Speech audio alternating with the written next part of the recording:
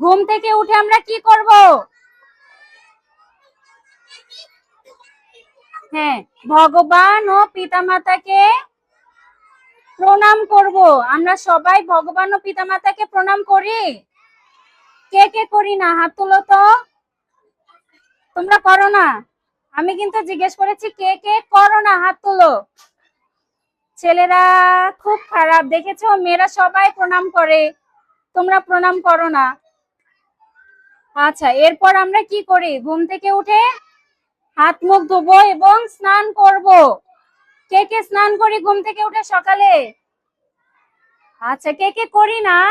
সকালে ঘুম থেকে উঠে কে কে স্নান করি না? সবাই করি?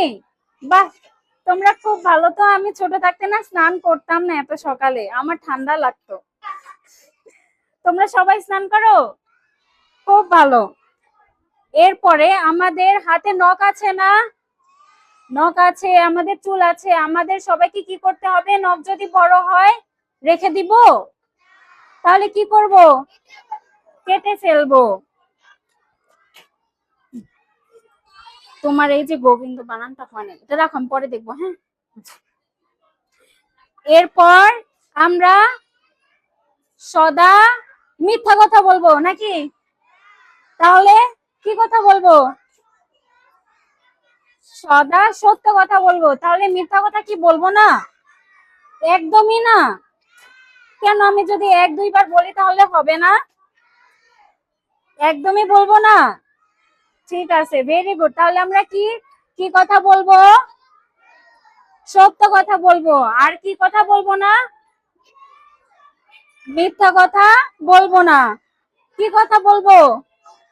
সত্য কথা বলবো। কি কথা বলবো না? কি কথা বলবো না? মিথ্যা কথা বলবো না। আচ্ছা, এরপর আমাদের যে বড়রা আছে, গুরুজন আছে, আমরা কি তাদের কথা মেনে চলবো?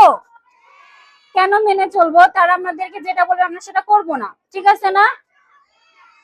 তাহলে তারা যেটা বলবে সেটা করব, ঠিক আছে।